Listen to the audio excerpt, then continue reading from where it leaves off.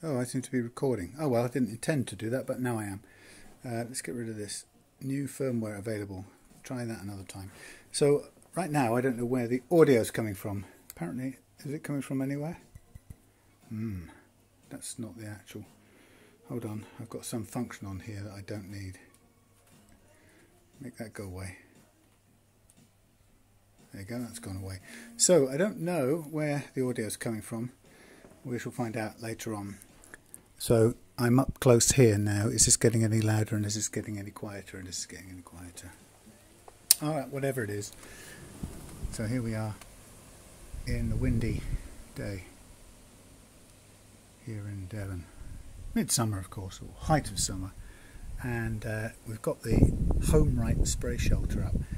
And you look at this day and you'd think this is an absolutely useless day for spraying. However, it seems to be pretty darn good. So at the moment, going on in here, we've got the Rickenbacker headless 325 Rickenbacker style thing, and we've also got a cheap Chinese strap body, which is going to get some donated Seymour Duncan what's the word, active single coil pickups. So this thing, just as a quick, if you're interested in this sort of thing, the only place I could buy this thing was from the US. I think it might have been via Amazon anyway, or if not, I can't remember where, but it was a US purchase and it had to come from the US. So what you've got is a pretty straightforward looking thing, three-sided tent. And oh, I can see the mic now. Let's just see, is it loud here or is it here? Well, you know what, it doesn't tell me either which way. Anyway, so what you've got is a three-walled tent with two fixing points, which are those kind of tunnels over the top. And all you have to remember when you get it is you put your two rails together, your two poles, and they've each conveniently got an angled bit here, which coincides with where they come out of the fixing points, you know, the tunnel. And basically the front one goes to the back fixing, and it sits on a little eyed bolt, and you push the bolt up inside the rod. So the front one goes to the back one goes to the front. And what you do, sorry, the gimbal's going to go crazy.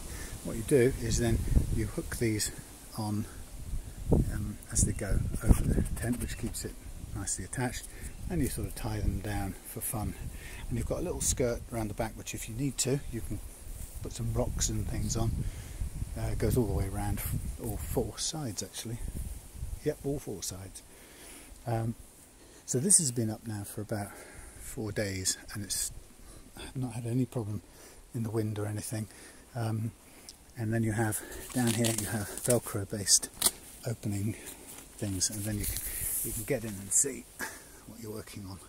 So here we have that Rickenbacker with some, this is what do you call it, acrylic clear coat going on there, and over here this one is getting nitro clear coat. Let's just go inside, let's see what we can see. Now what we're seeing, if you look at this, it's running at 50% humidity in here, and actually that hasn't showed any sign of blooming at all. So just a quick spin round. I'm very pleased, because this, in this weather, has enabled me to do something that I could not otherwise do, and I certainly couldn't do it in the shed because it would stink out place to high heaven. This is deliberately striped. I kind of I've made it, I've given it a bit of a sort of tiger texture, and it's basically, its colour coat has come from every possible available can, half can, leftover can of nitro that I had, colour nitro I had anyway, so it's an odd, very much an oddity, but I quite like it. It's going to get a black scratch plate with those black live wires, but as I say, it's going on absolutely fine in this temperature. It's getting its first nitro clear on here, and actually in this condition I would have expected it to bloom, but it isn't. One thing I would say, if you're going to do any of this, you have to be aware of the fact that eventually you will get flies built up in here, and you may have to kill them off every couple of days if they can't escape, if you can't leave it open and have them escape. It's not very eco-friendly, that part of it, but you know, it's unfortunately that's what happens, because you don't want them sticking to your spraying. So the other thing that's critical to making anything like this work is this homemade stand arrangement, and also what you don't want to do is let your gauze, your fly screen come in. So I've only got one spare hand to do this, which isn't very good, so I'm just trying to tack it so it doesn't come in, it doesn't fly up. Anyway, yeah, it's making this thing. So what you see I've got here is I've got an old microphone stand, and I've attached a block of timber with a hole drilled in it, and then I've used this ingenious bungee cord to